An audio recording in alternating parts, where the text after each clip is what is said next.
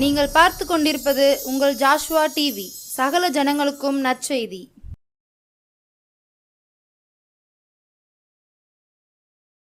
ஆனந்த துதி ஒலி கேட்கும், ஆடல் பாடல் சத்தமும் துணிக்கும். ஆகாய விண்மீனாய் அவர் ஜனம் பெருகும், ஆண்டவர் வாக்கு பலிக்கும். பிரியமான தேவ ஜனமே, மீண்டும் உங்களை இந்த தொலைக்காட்சியின் வழியாக சந்திப்பதிலே மிகுந்த மகிழ்ச்சி அடைகிறோம்.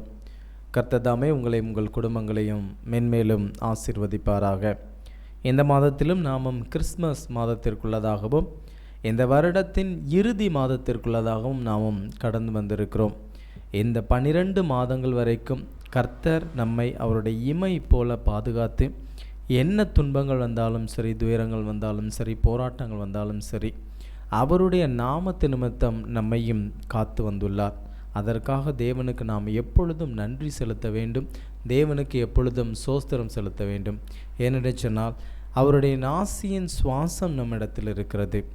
அவர் கொடுத்த சுவாசம் நம்மிடத்தில் இருக்கிறது. அவர் நம்மை மண்ணினாலே உருவாக்கி அவருடைய சுவாசத்தை நமக்கு கொடுத்திருக்கிறார். இந்த சுவாசத்தை எடுத்துக்கொள்வதற்கு அவருக்கு அதிகாரம் உண்டு.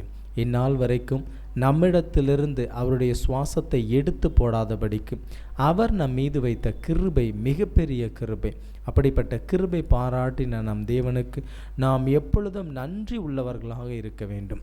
தேவன் நமக்கு கொடுத்த இந்த வாழ்க்கைக்காகவும், தேவன் நமக்கு கொடுத்த இந்த குடும்பத்திற்காகவும், தேவன் நமக்கு கொடுத்த இந்த ஊழியத்திற்காகவும், தேவன் கொடுத்த இந்த நல்ல நேரத்திற்காகவும், எல்லா காரியத்திற்கும் தேவனிடத்தில் நாம் நன்றி செலுத்துகிறவர்களாகவும் ஸ்தோத்திரம் செலுத்துகிறவர்களாகவும் இருக்க வேண்டும். ஏனென்று சொன்னால், எல்லாவற்றையும் குறித்து, நம்முடைய வாழ்க்கையில் இருக்கக்கூடிய எல்லாவற்றையும் குறித்து தேவனுக்கு ஸ்தோத்திரம் செலுத்துவதே மிகச்சிறந்த ஒரு தகுதியான ஒரு கிறிஸ்தவ வாழ்க்கையாக இருக்கும். ஏனென்று சொன்னால், மற்றவர்கள் நம்மை எப்படி பார்க்கிறார்கள் என்பதை நாம் அறிய மாட்டோம்.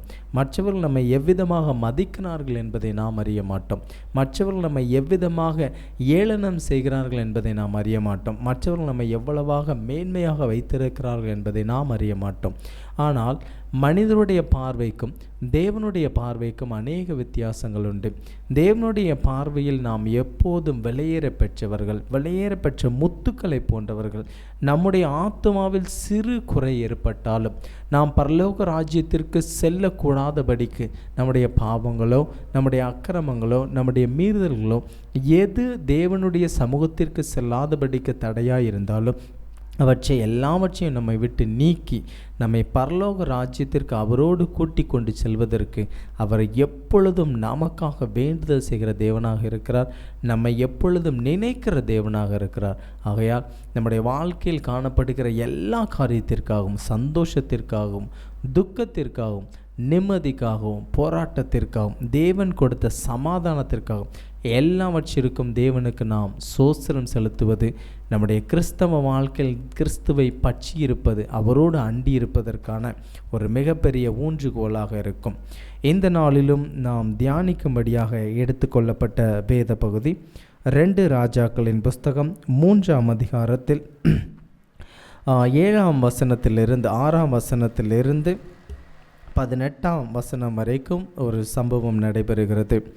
அந்த சம்பவத்தை குறித்து நானும் வேதத்தை தியானித்து கொண்டிருக்கும் போது கர்த்தர் ஒரு சில காரியங்களை எனக்கும் வெளிப்படுத்தினார்.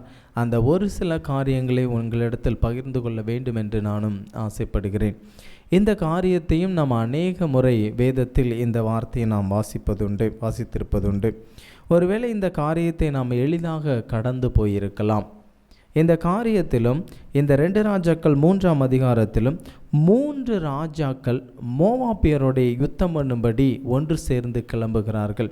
நீங்கள் 1ஆம் வசனத்திலிருந்து நீங்கள் வாசித்து பார்ப்பீர்களானால் 6ஆம் வசனத்திலே, அக்காலத்திலே யோராம் எனும் ராஜா சமாரியாவிலிருந்து புறப்பட்டு இஸ்ரவேலை எல்லாம் லக்கம் பார்த்து போய் 7ஆம் வசனம், மோவாப்பின் ராஜா எனக்கு விரோதமாக கலகம் பண்ணினான்.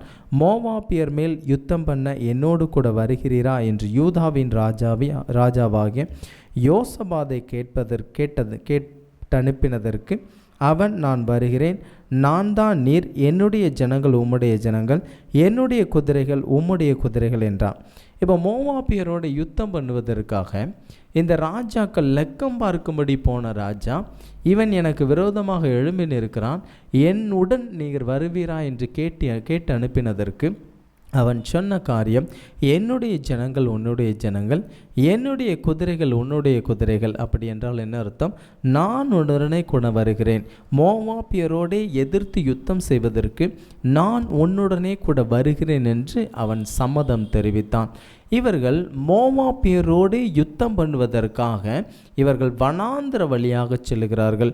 3 ராஜாக்கள் செல்லுகிறார்கள். 3 ராஜாக்கள் செல்லக்கூடிய காரியம் 8ஆம் வசனத்தில் குறிப்பிடப்பட்டுள்ளது. எந்த வழியாய் போவோம் என்று கேட்டான். அதற்கு அவன் யோதாம் வனாந்திர வழியாய் என்றான். அப்படியே இஸ்ரவேலின் ராஜாவும் யூதாவின் ராஜாவும் ஏதேமின் ராஜாவும் சேர்ந்து போனார்கள். இப்போ இந்த 3 ராஜாக்களும் சேர்ந்து அப்படியே வனாந்திர வழியாக போய்கிட்டு இருக்காங்க. இந்த 3 ராஜாக்களையும் நம்முடைய வாழ்க்கையாகவே நாம் எடுத்துக்கொள்வோம். நம்முடைய வாழ்க்கையில் நம்முடைய உடல், பொருள், ஆவி, இந்த 3ஐயும் நம்ம தனியாக எடுத்துக்கிட்டோம் அப்படின்னா இந்த 3 ராஜாக்களாக நாம் பிரிக்க முடியும். நம்முடைய உடல், நமக்கு இருக்கக்கூடிய பொருள், நமக்கு இருக்கக்கூடிய ஆவி, இந்த 3 ராஜாக்களை போன்றது. நம்முடைய வாழ்க்கை எதை நோக்கி போய்கொண்டிருக்கிறோம், என்ன ஆசீர்வாதத்துக்கு நேராக போகிறோம், என்ன காரியத்துக்கு நேராக நாம் சென்று கொண்டிருக்கிறோம் என்பதை அறியாதவர்களா நாம் அநேகர் வாழ்வதுண்டு.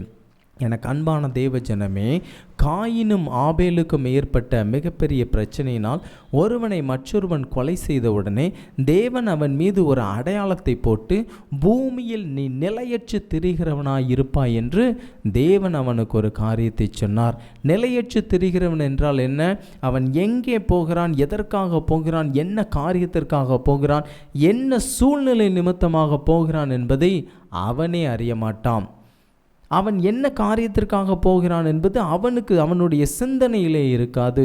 ஒருவேளை அவன் இங்கிருந்து ஒரு சென்னைக்கோ திருச்சிக்கோ போய் இறங்கி இருக்கிறான் என்றால் அங்கு எதற்காக நாம் வந்து நிற்கிறோம், என்ன காரியத்திற்காக நாம் இங்கே வந்தோம் என்பது கூட அவனுக்கு என்ன செய்யாது, நினைவில் இருக்காது.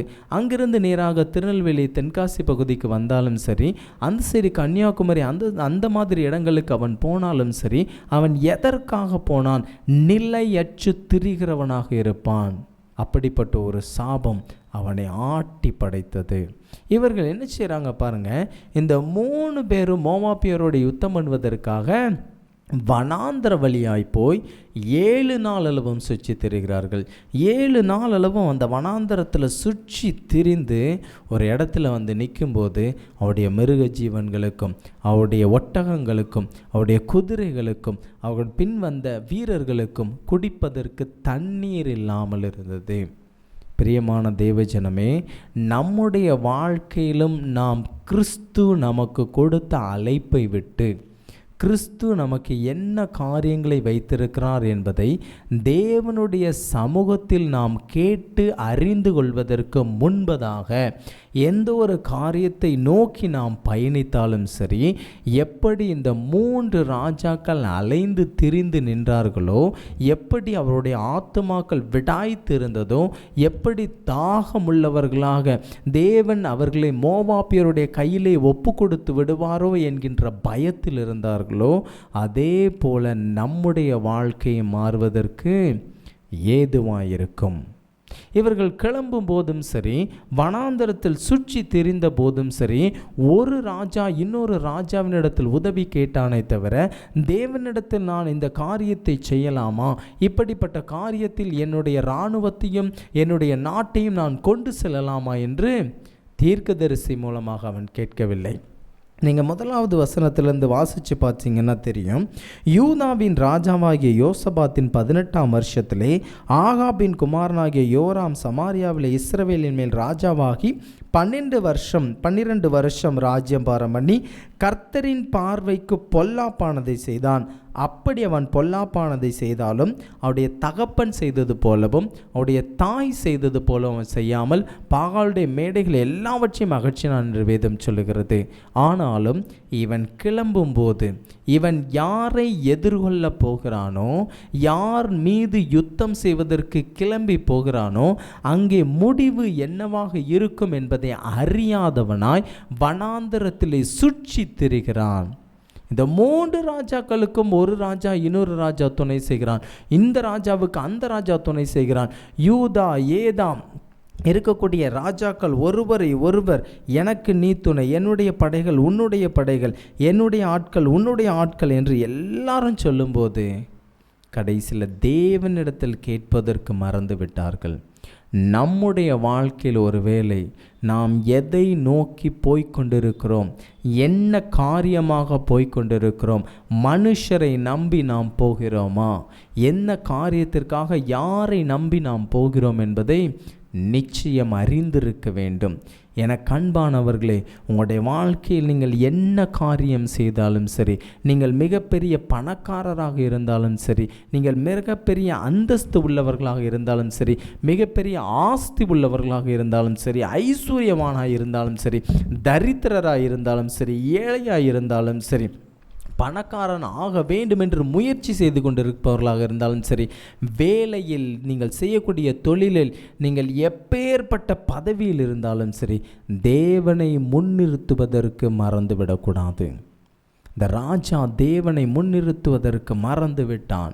ஒரு ராஜா மறந்தாலும் பரவாயில்லை, 3 பேரும் மறந்து விட்டார்கள். இஸ்ரவேலின் ராஜா மறந்து விட்டான், யூதாவின் ராஜா மறந்து விட்டான், ஏதேமின் ராஜா மறந்து விட்டான். இந்த 3 ராஜாக்களும் மறந்துவிட்டு ஒரு ராஜா இன்னொரு ராஜாவை நம்பி, இன்னொரு ராஜா இன்னொருவனை நம்பி வனாந்தரத்தில் வந்து கைவிடப்பட்டவர்களாக இருக்கிறார்கள். கர்த்தருக்குள் மிகவும் பிரியமான தேவஜனமே, நம்முடைய வாழ்க்கையில் நாம் யாரை நம்பி செல்லுகிறோம்? ஒருவேளை நாம் மனிதரை நம்பி சென்றோமானால், எப்படி இந்த 3 ராஜாக்கள் வனாந்தரத்தில் வந்து கைவிடப்பட்டவர்களாக தண்ணீருக்காக ஏங்கி நின்றார்களோ, அதே போல் நம்முடைய வாழ்க்கையை மாறக்கூடும். தேவனாகிய கர்த்தர் நம்மை பார்த்து கொண்டிருக்கிறார். தேவனாகிய கர்த்தர் நம்மை பார்த்து கொண்டிருக்கிறார். என்னுடைய பிள்ளை என்ன காரியத்திற்காக சென்று கொண்டிருக்கிறான்? என்னுடைய பிள்ளை என்னை முன்னிறுத்தாமல் அவனுடைய சுய புத்தியில் சாய்ந்து, அவனுடைய சுய சிந்தனையில் சாய்ந்து, மனுஷனை நம்பி அவன் செய்யக்கூடிய காரியங்கள் அவனுக்கு எவ்விதமான முடிவை தரும் என்பதை அறியாமல் சென்று கொண்டிருக்கிறான் என்று நம் தேவனாகிய கர்த்தர் நம்மை கைவிடாமல் எப்போதும் நம்மை கவனித்து கொண்டிருக்கிறார். ஹல்லேலூயா. உன் தேவனாகிய கர்த்தர் உன் வலது கையை பிடித்து, என் மகனே மகளே, நீ எங்கே செல்லுகிறாய்? நான் உன்னுடனே கூட இருக்கிறேன். நான் உனக்கு தேவையான சகல காரியங்களையும் செய்கிறேன். எல்லா காரியத்திற்கும் உன்னுடைய வாழ்க்கைக்கான திட்டங்கள் என்னிடத்தில் இருக்கிறது.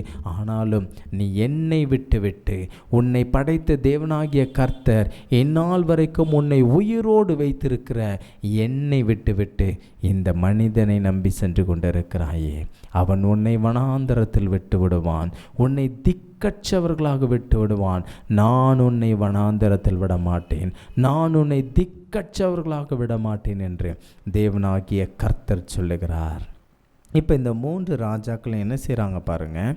நான் வனாந்தரத்தில் வந்து நிற்கிறேன், எனக்கு குடிப்பதற்கு தண்ணீர் எதுவுமே இல்லைன்னு சொல்லி கர்த்தரிடத்தில் விசாரிக்கும்படி கேட்கிறார்கள். 11ஆம் வசனம். அப்பொழுது யோசபாத், நாம் கர்த்தரிடத்தில் விசாரிக்கும்படி கர்த்தருடைய தீர்க்கதரிசி ஒருவரும் இங்கே இல்லையா என்று கேட்டதற்கு, எலியாவின் கைகளுக்கு தண்ணீர் வார்த்த சாப்பாத்தின் குமாரனாகிய எலிசா இங்கே இருக்கிறான் என்று இஸ்ரவேலின் ராஜாவின் ஊழியக்காரர் ஒருவன் மறுமொழியாக சொன்னான். இப்போ பாருங்கள், யார் வந்து இந்த மாதிரி நான் யுத்தத்திற்கு போக வேணும்னு சொல்லி கூப்பிட்டாங்களோ, அந்த மோவாப் ராஜா என்ன செய்கிறான், அந்த யோசபாத் என்ன செய்கிறான் பாருங்கள், கேட்குறான், நான் என்ன பண்ணட்டும்? இப்போ கர்த்தரிடத்தில் விசாரிக்கிறதற்கு யாராவது தீர்க்கதரிசி இருக்கிறார்களா என்று கேட்கும்போது, இந்த யோசபாத்துக்கு இஸ்ரவேலின் ராஜாவின் இடத்தில் இருந்த ஒருவன் சொல்லுகிறான். என அன்பானவர்களே, ஒருவரை ஒருவர் சார்ந்திருந்தாலும் அவர்கள் கர்த்தரை முன்னிறுத்தின போது அவர்களில் சார்ந்திருந்த ஒருவன், அவர்களில் தேவனை பின்பற்றுகிற ஒருவன் அவர்களுக்கு உதவி செய்கிறான். இப்போ என்ன நடக்குது பாருங்கள். இந்த எலிசா இருக்கிறான் என்று சொன்னபோது அவனை நோக்கி அவனை கூப்பிட்டு என்ன சொல்கிறாங்க, கர்த்தருடைய வார்த்தை அவனிடத்தில் இருக்கிறது, இப்போ எங்களுக்கு தண்ணீர் வேணும், நான் என்ன செய்யணும் அப்படின்னு சொல்லி கேட்கும்போது அவன் சொல்கிறக்கூடிய காரியம், ஒரு சுரமண்டல வாத்தியக்காரனை என்ன செய்கிறாங்க, இங்கே என்னிடத்தில் கூட்டு வாருங்கன்னு சொல்கிறார். எல்லாருக்கும் ஒரே ஆச்சரியமாக இருக்கும். எல்லாருக்கும் ஒரு வியப்பாக இருக்கும். ஒருவேளை இந்த தீர்க்கதரிசி வந்து கர்த்தருடைய வார்த்தை இப்படிப்பட்ட வார்த்தையாக இருக்கிறது என்று ஒருவேளை சொல்லுவார், இந்த மோவாபியருடைய கைக்கு நம்மை நீங்களாக்கி விடுவார் என்றும், ஒருவேளை மோவாபியருடைய கையில் ஒப்பு கொடுப்பார் என்றும், இந்த தீர்க்கதரிசி மூலமாக நமக்கு ஒரு வாக்கு கிடைக்கும், ஒரு தீர்க்க தரிசனம் கிடைக்கும் என்று எதிர்பார்த்து கொண்டிருந்த இந்த ராஜாக்களுக்கு அவன் சொன்ன பதில், கர்த்தர் இப்படிப்பட்ட காரியங்களை, இப்படிப்பட்ட திருப்பு முனைகளை கொண்டு வருவார். ஒரு சுரமண்டலம் வாசிக்கிற வாத்தியக்காரனின் இடத்தில் கொண்டு வாருங்கள். அப்படி அவன் கொண்டு வந்தபோது எல்லாரும் சொல்கிறாங்க, வாய்க்கால்களை வெட்டுங்க. எல்லார்ட்டும் சொல்ல, வாய்க்கால் என்ன செய்யுங்க, வெட்டுங்க. வாய்க்காலை வெட்டி பள்ளங்கள் எல்லாம் வந்துடுச்சு. பள்ளத்தை எல்லாம் தோண்டி வச்சாச்சு. ஆனாலும் மறுநாள் காலையில் அவர்கள் பலி செலுத்தக்கூடிய நேரத்தில் வெளியில் வந்து பார்க்கும்போது ஏதோம்லேருந்து என்ன செய்தான், அப்படியே தண்ணீர் வருகிறது. என கண்பான தேவஜனமே, இந்த 3 ராஜாக்களும் தேவனை விட்டு வழி விலகி போன உடனே இந்த 3 ராஜாக்களுடைய தேசத்தின் மூலமாக அவர்களுக்கு ஒரு ஆசீர்வாதம் கிடைக்கிறது. பிரியமானவர்களே, உங்களுடைய வாழ்க்கையில் என்ன காரியத்திற்காக நீங்கள் தேவனை விட்டு விட்டீர்கள் என்பதை உணர்ந்தவர்களாய், கர்த்தாவே, இனி நான் உம்மை விட்டுவிட மாட்டேனப்பா, நான் உம்மை முன்னிறுத்துகிறேனப்பா. என்னுடைய உடல், பொருள், ஆவி எதுவாக இருந்தாலும் சரி, இந்த 3ம் சேர்ந்து உம்மிடத்தில் வந்து நிற்கிறதப்பா.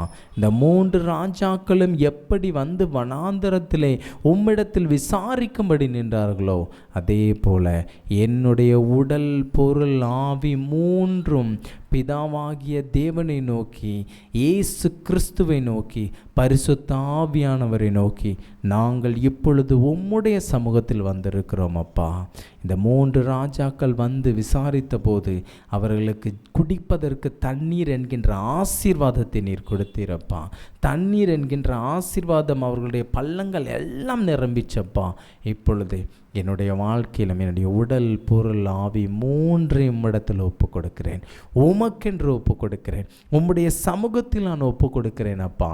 இந்த உடல், பொருள், ஆவியில் காணப்படுகிற பள்ளங்கள் எல்லாவற்றையும் தண்ணீரால் நிரப்பும், ஆசீர்வாதத்தால் நிரப்பும். எங்களை மோவாபியருடைய கையில் நீர் ஒப்பு கொடுக்க மாட்டீர் என்கின்ற தீர்க்க தரிசனம் எங்களுக்கு கிடைத்தது. மோவாபியரை எப்படி இந்த ராஜாக்கள் மேற்கொண்டார்களோ அதே போல என்னுடைய வாழ்க்கையில் இருக்கக்கூடிய மோவாபியர் எல்லாரையும் நான் மேற்கொள்வேனப்பா. அப்படி நான் மேற்கொள்ள வேண்டுமென்றால் உம்மை நான் முன்னிறுத்த வேண்டும். உம்மை நான் முன்னிறுத்தி நான் என்ன காரியங்கள் செய்தாலும் சரி, உம்மை முன்னிறுத்தி நான் இனி தொடர்ந்து செய்வேன். நான் செய்யக்கூடிய எல்லா காரியத்திலும் என் தேவனாகிய கர்த்தர் என்னோடு இருக்கிறார். என் தேவனாகிய கர்த்தரிடத்தில் நான் விசாரித்து, கர்த்தாவே, நான் இந்த காரியத்தை செய்ய போகிறேன். நான் செய்யக்கூடிய இந்த காரியம் எனக்கு எப்படிப்பட்ட காரியமாக இருக்கும்? இந்த காரியம் எனக்கு வெற்றியை தருமா? இந்த காரியத்தில் நான் நிலைத்து நிற்பேனா?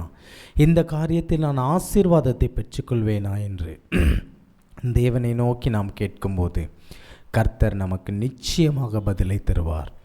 உங்களுடைய வாழ்க்கையில் ஒருவேளை பள்ளங்கள் காணப்படலாம், உங்களுடைய வாழ்க்கையில் ஏதேனும் வனாந்தரங்கள் காணப்படலாம். அவை எல்லாவற்றையும் கர்த்தர் நீக்கி போடுவதற்கு வல்லமை உள்ளவராக இருக்கிறார். அப்படிப்பட்ட கிருபையை தேவன் தாமே தருவாராக. ஆமென்.